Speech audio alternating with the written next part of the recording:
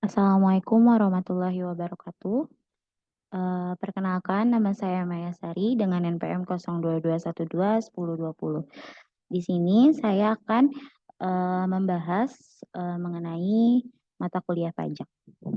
Di sini saya akan membahas bursa soal untuk latihan UAS. Di sini saya akan membahas beberapa soal mengenai pajak. Yang pertama, soal pertama, Tuan Bima, seorang dokter, telah memiliki NPWP yang berdomisili di Bandung. Selama 1 tahun diketahui seluruh penghasilan Tuan Bima sebesar 450 juta rupiah. Tuan Bima memilih menggunakan norma perhitungan penghasilan neto dan telah mengajukan permohonan kepada Dirjen Pajak. Hitunglah PPh orang pribadi Tuan Bima jika diketahui presentasi norma untuk dokter adalah 50%. Di sini penyelesaiannya telah diketahui bahwa penghasilan netonya itu 450 juta. Lalu presentasi norma untuk dokter adalah 50%. Jadi 450 juta dikali 50% yaitu 225 juta rupiah. Lalu untuk PTKP-nya orang pribadi sebesar 54 juta, status kawin 4.500.000, 2 anak 4.500.000 dikali 2, 9 juta dengan total PTKP 67.500.000 rupiah. Penghasilan kena pajak, PPh terutang 5% dikali 60 juta sama dengan 3 juta rupiah. 15% dikali 97.500.000 sama dengan 14.625.000. Dengan demikian PPh orang pribadi Tuan Bima adalah 17.625.000.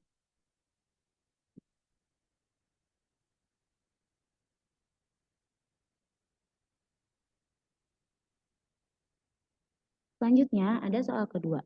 Dalam bulan Maret 2022, PT Sejati telah melakukan pembayaran gaji dan imbalan lainnya antara lain kepada yang pertama, Saleh status K0 NPWP 0567781001 strip 404000 dengan gaji pokok sebulan 20 juta rupiah, tunjangan transport dan makan masing-masing 1.500.000. Saleh membayar sendiri iuran JHT sebesar 2% dari gaji pokok setiap bulan dan iuran pensiun sebesar 75.000. Yang kedua ada Mario. Status TK per 0 NPWP 05 6789101 strip 905.000. Motivator pengisi acara workshop performance based emotion di perusahaan sebesar 40 juta rupiah. Hitunglah PPh yang harus dipotong PT Sejati selama bulan Maret 2022. Yang pertama, PPh pasal 21 Saleh. PH brutonya itu 21.500 dengan biaya pengurangan ada biaya jabatan yaitu 5% dikali 21.500.000 sebesar 1.075.000. Lalu ada iuran pensiun sebesar 75.000, lalu ada iuran JHT sebesar 2% yaitu 430.000.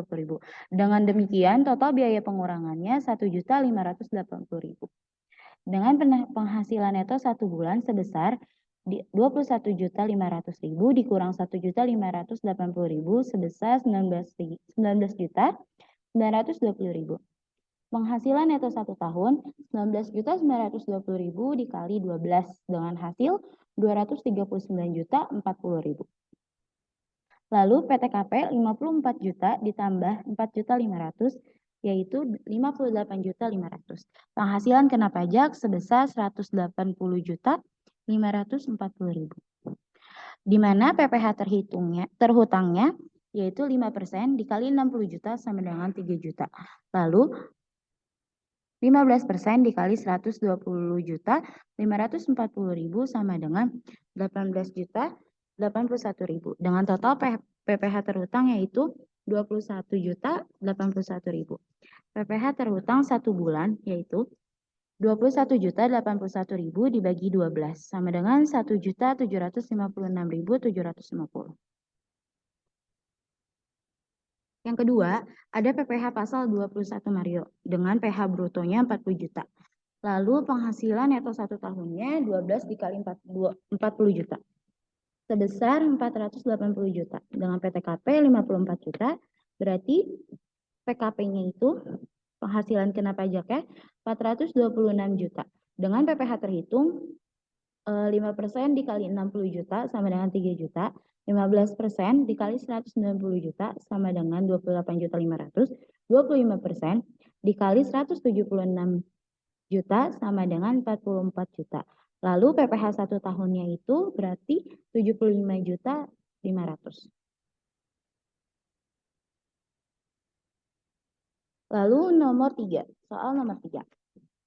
PT Shizuka adalah perusahaan yang bergerak di bidang tekstil berkedudukan di Jalan Garuda nomor 44 Jakarta Utara.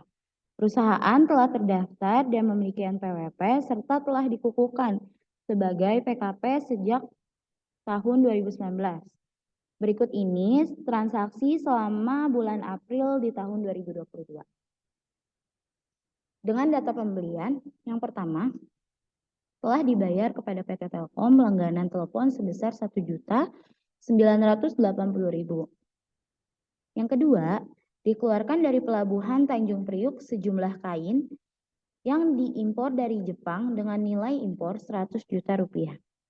Yang ketiga, impor mesin pabrik dari Jepang dengan nilai impor 400 juta rupiah. Yang keempat, membayar 10 juta kepada Budi, pengusaha kecil atau belum dikukuhkan dengan sebagai PKP atas penyerahan sejumlah bahan baku tekstil. Dengan data penjualan, yang pertama, diekspor garmen Brasilia dengan nilai ekspor 400 juta. Yang kedua, diekspor garmen ke Spanyol dengan nilai ekspor 800 juta. Diterima pembayaran dari PT Perdana sebesar 300 juta atas penjualan barang dagangan secara tunai.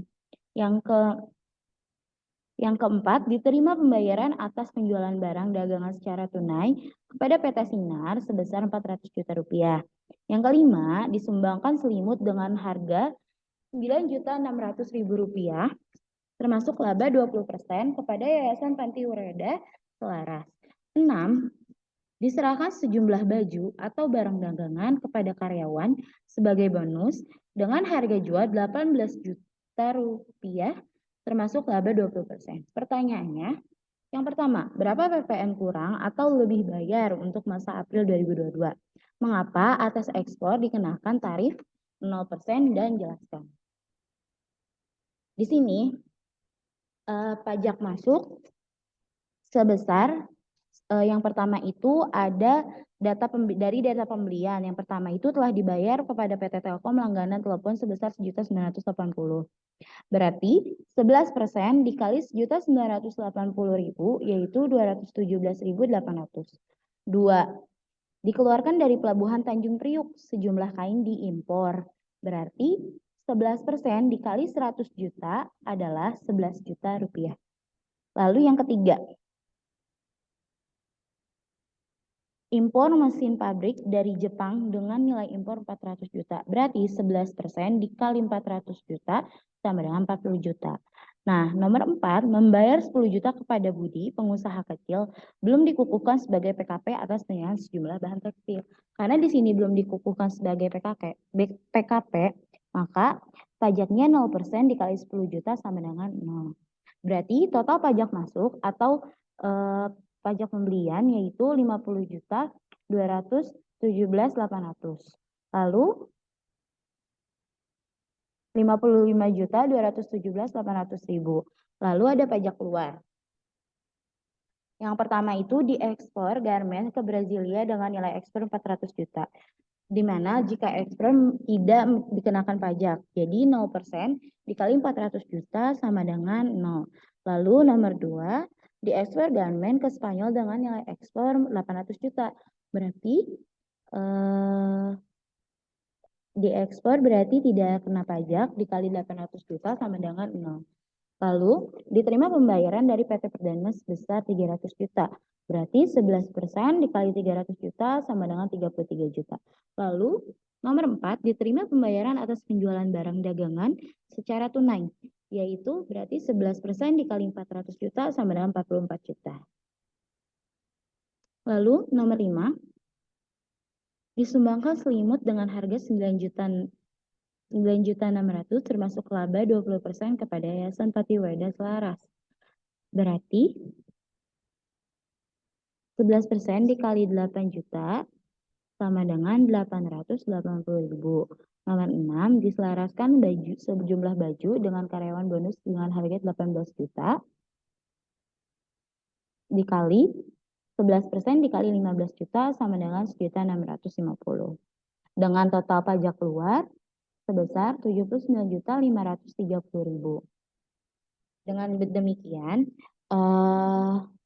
pajak keluar 79.530.000 dikurangi 55.217.800 sama dengan 24.312 dengan status kurang bayar. Lalu yang kedua itu ada pertanyaannya, mengapa ekspor dikenakan tarif 0%? Ekspor dikenakan tarif 0% karena agar mekanismenya berjalan dengan lancar. Barang kena pajak atau jasa kena pajak di luar daerah pabean. Lalu soal nomor 4. Soal nomor 4 ini merupakan soal latihan kita yang terakhir, yaitu soalnya sejak diterbitkan Undang-Undang Pajak Daerah dan Retribusi Daerah tahun 2009, pajak bumi dan bangunan sektor pendesaan dan perkotaan yang dulunya merupakan pajak pusat berubah menjadi pajak daerah yang disebut dengan PBBP2, pajak bumi dan bangunan perdesaan dan perkotaan. Yang pertama, soalnya menurut Anda apa alasan PBBP2 saat ini dijadikan sebagai pajak daerah, bukan sebagai pajak pusat lagi? Mengapa dan jelaskan. Yang kedua, apabila terjadi transaksi jual beli tanah antara Tuan A dan Tuan B, pajak apa sajakah yang akan timbul dari transaksi tersebut? Jelaskan. Di sini yang pertama, menurut saya alasan pajak bangunan PBBP2 ini dijadikan pajak daerah, bukan lagi pajak pusat, dikarenakan pemerintah berupaya memperkuat dan menyempurnakan kebijakan desentralisasi fiskal, dan diharapkan bisa menjadi salah satu sumber PAD yang potensial bagi daerah, dengan tujuan memperluas objek pajak daerah dan retribusi daerah, menambah jenis pajak daerah dan retribusi daerah, memberikan diskresi penetapan tarif pajak kepada daerah, serta menyerahkan fungsi pajak sebagai instrumen penganggaran dan pengaturan pada daerah. Yang kedua, pajak yang dikenakan. PPh dikenakan pada penjual tanah berdasar pada PP 048 Pasal 1 Ayat 1 Tahun 1994 yang mengatur tentang pembayaran pajak penghasilan dan pengalihan hak atas tanah. Yang kedua ada BPHTB, bea oleh hak atas tanah dan bangunan adalah pungutan yang ditanggung oleh pembeli. Peraturan mengenai pengenaan BPHTB dapat dilihat pada Undang-Undang Nomor 20 Tahun 2000 tentang perubahan atas Undang-Undang Nomor 21 Tahun 1997 tentang bea perolehan hak atas tanah dan bangunan. Sekian pemaparan dari saya mengenai soal-soal tentang pajak. Semoga apa yang sudah dipaparkan dapat bermanfaat untuk kita semua. Terima kasih. Bila ada kekurangan dari saya, wassalamualaikum warahmatullahi wabarakatuh.